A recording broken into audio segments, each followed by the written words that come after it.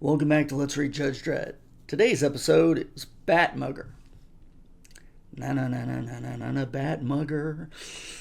Okay. I had the good fortune to be born with a gifted and good... Let's try that again. I had the good fortune to be gifted with a good analytical brain, an ability to cut through irrelevant detail straight to the heart of a problem, and this stood me in good stead when, at the age of 17 and a half, I set out to examine my future prospects. I began by quantifying my objectives. What did I want out of life? Fame? Power? The usual things? They meant little to me.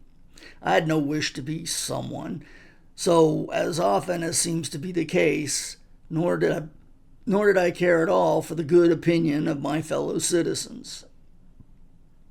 All I wanted was to be left alone to indulge my interest in holographic art, which even then was becoming somewhat expensive. Money, therefore, was essential.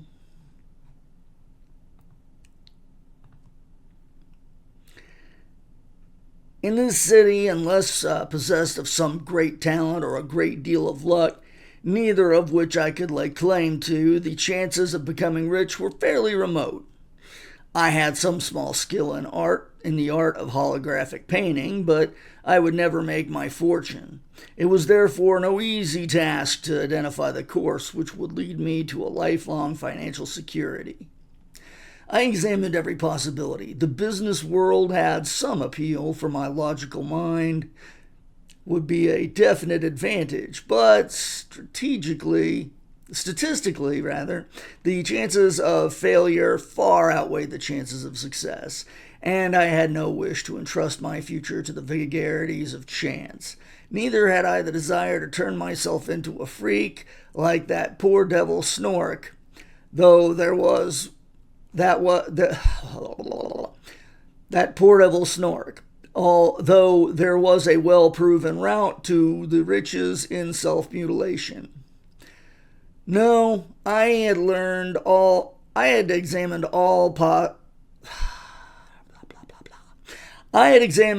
options and in the end narrowed them down to one. Crime. I decided to become a bat mugger.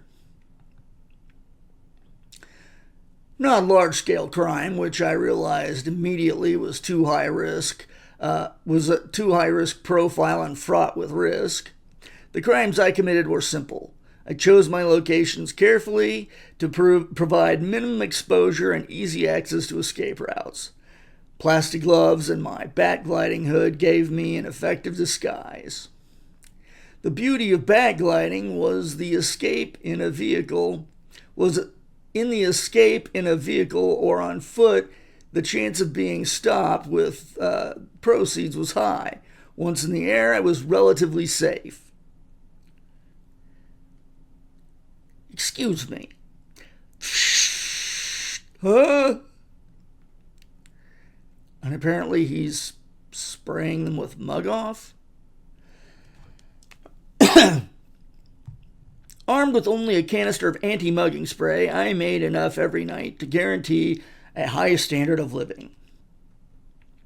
But that itself was a danger. I had to be able to explain my income. There, my skill of painting came in useful. Control. We got 2 probable robbery victims, Karloff Street. By the smell of it, perp used some kind of gas spray. Send a med wagon, I'll take a look around. With some difficulty, I persuaded a minor art dealer to exhibit some of my paintings. Occasionally, I would pose as an art buyer and use the proceeds of my bat mugging to buy my own works.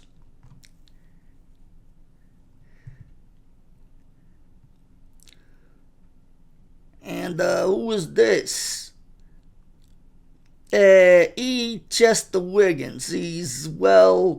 I really don't know why I bother showing him. Interesting. Most interesting. I'll take them all. You'll pay in cash? What name, please? I prefer to remain anonymous. Later at home, I would of course destroy the evidence. I was never sentimental about my work. Oh, later at home, I would of course destroy the evidence. I was never sentimental about my work. I knew its true worth. The main objective was achieved. Now I had a provable legal income. The funny thing is that with the interest my anonymous purchasing aroused, my pictures actually began to sell to other buyers.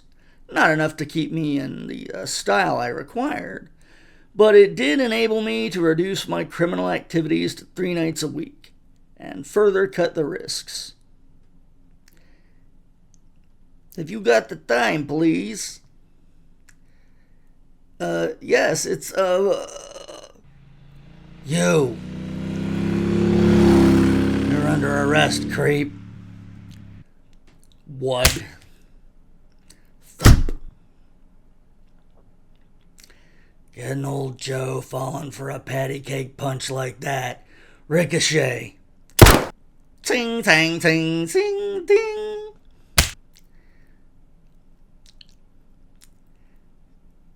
Can still get out. Gotta keep going.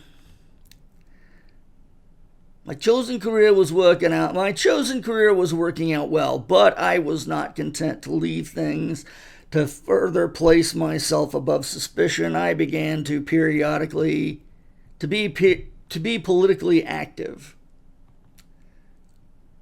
I adopted a strong establishment posture, very supportive to the Justice Department and all its excesses. Feels like the bullet went straight through. That's good.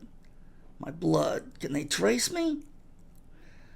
I got appointed to several committees and made a name for speaking out against the growth of dangerous liberal attitudes. I say to you, those who thought less decay. I say to you, those who thoughtlessly decry our fine judicial system have never tried to walk down Hate Street. I became a favorite with the Justice Department. So much so that last year I was presented with a ring to mark my outstanding contribution to the cause of justice.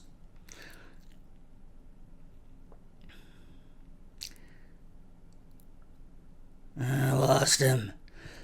Lost him control, probably had a bat suit or a power board waiting. Plenty of blood here for analysis. Notify hospitals to be on the lookout.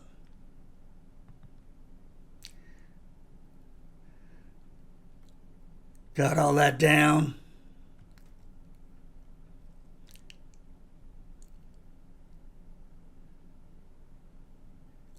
Yep. Yeah, got all that down? Yep, sign of the creep. So it's all a front. Oh, wait. So it's all a front. Pity. You were very convincing. We liked you. Dad never should have gone for the second hit tonight. And I suppose that's the trouble with being successful in the end. Even the keenest, most logical mind tends to be a bit blasé. You shouldn't grumble, Wiggins. You had a pretty good innings. How did you trace me? The blood? No, your act worked that well. Your genetic data wasn't even on file. Just put it down to my keen logical mind.